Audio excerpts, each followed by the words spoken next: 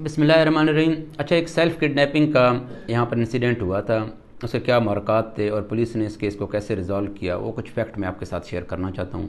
Police को इत्तला मिलती है कि अविदास जो कि हिंदू कम्युनिटी से बिलोंग करता है, वो अगवा हुआ है और उसके मोबाइल से मैसेजेस आ रहे हैं, तावान की रकम वसूल किया जा रहा है, डिमांड किया जा रहा है। जैसे ही पुलिस को इत्तला मिलती है, फ़ौरन SHO सिटी सादकाबाद जो है नाम हादी की सरबराही में 2 टीमें बनाई जाती हैं और मैं उनकी खुद सुपरविजन करता हूँ। एक टीम हम जो है सादकाबाद में CCTV फुटेजेस इकट्ठी करते हैं और एक जो उनका लास्ट लोकेशन आ रहा था खानपुर, उधर भेज देते हैं।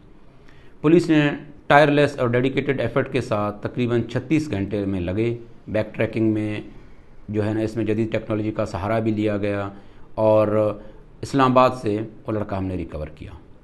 जब हमने रिकवर किया और उसको पूछताछ की तो पता चला कि वो ज़हनी तनाव का शिकार भी था और घर से उसने कुछ पैसे जो उसको मिले थे स्कॉलरशिप की मद में, वो उसने ख़र्च कर लिए थे। तो इस वजह से वालिदैन से बार बार पैसे का तकाजा भी कर रहा था।